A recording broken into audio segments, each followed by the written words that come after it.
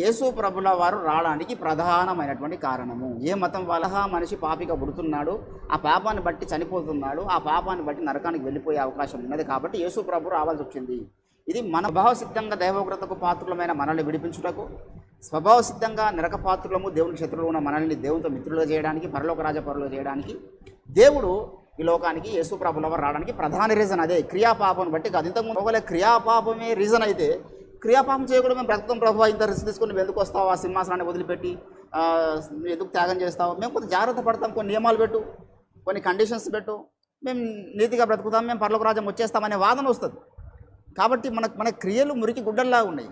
ఎవడు క్రియల మూలము ఎవడు దేవుని దృష్టికి నీతిమంతుడు కానేరడు అని డైరెక్ట్ స్టేట్మెంట్లు బైబిల్లో ఉన్నాయి.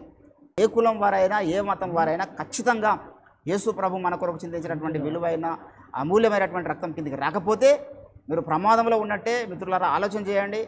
నైతికంగా మన స్వభావ సిద్ధంగా దేవుని ఉగ్రతకు పాత్రలం అవుతున్నాం, స్వభావ సిద్ధంగా మన నరక పాత్రలం అవుతున్నాం. కాబట్టి ఈ నరక పాత్రలమైన మనల్ని రక్షించుటకు ఆ దేవదేవుడి లోకానికి వచ్చి తన పుణ్యదాన బలియాగం వల్ల, ఒకని పుణ్యకార్యం వలన 5:19 రోమి రాసిన పత్రికలో ఒకని పుణ్యకార్యం వలన అందరికీ విమోచన దొరుకుతున్నది.